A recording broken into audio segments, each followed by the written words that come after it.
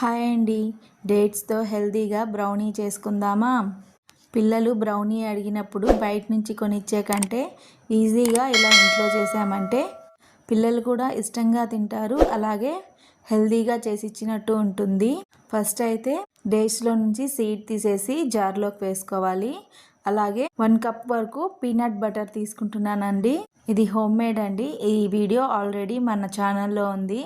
Interest ఉన్న వాళ్ళు check చేసేయండి. పీనట్ బటర్ లేదంటే పల్లీలని డ్రై రోస్ట్ చేసుకొని పౌడర్ చేసుకొని వేసుకోవచ్చు. అలాగే 3 నుండి 4 స్పూన్స్ వరకు కోకో పౌడర్ వేసుకొని గ్రైండ్ చేసుకోవాలి. ఇప్పుడు ఒక బౌల్లో మనం గ్రైండ్ చేసుకున్న మిక్చర్ని అంతా వేసేసుకొని ఈక్వల్గా స్ప్రెడ్ చేసుకొని సెట్ చేసుకోవాలి.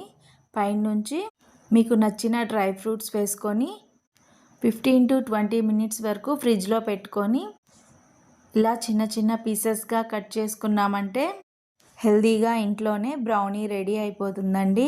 మరి హెల్తీ బ్రౌనీ మీకు కూడా నచ్చిందా? నచ్చినట్టయితే తప్పకుండా ఇంట్లో ట్రై చేయండి. అలాగే ఎలా వచ్చిందో కామెంట్ చేయండి.